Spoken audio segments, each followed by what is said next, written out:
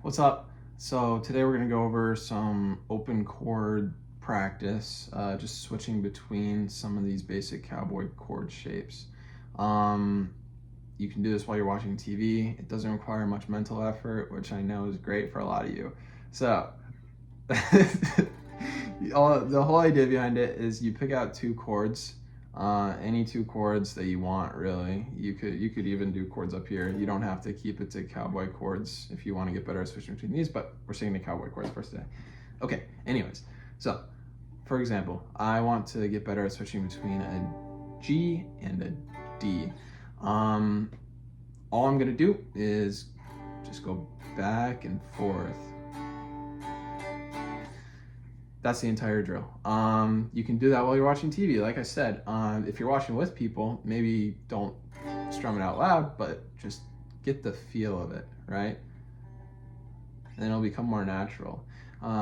Seriously, give it about a week and you'll probably feel more comfortable with it. And go through a bunch of different chord combinations, right? So don't just do the ones I just did, but like go between C and E minor, or E minor and G.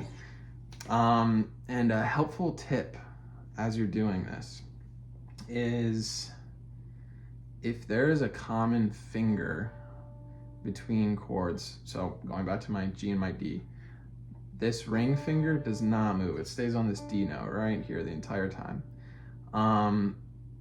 Move all your fingers around it, but keep that planted. Really focus on that, right?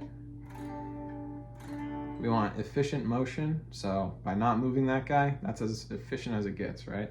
But, so you'll notice that between the G and the D.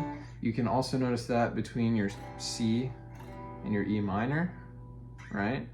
Or maybe like E minor, A minor. We have this middle finger here on second fret of the fourth string, doesn't move, okay?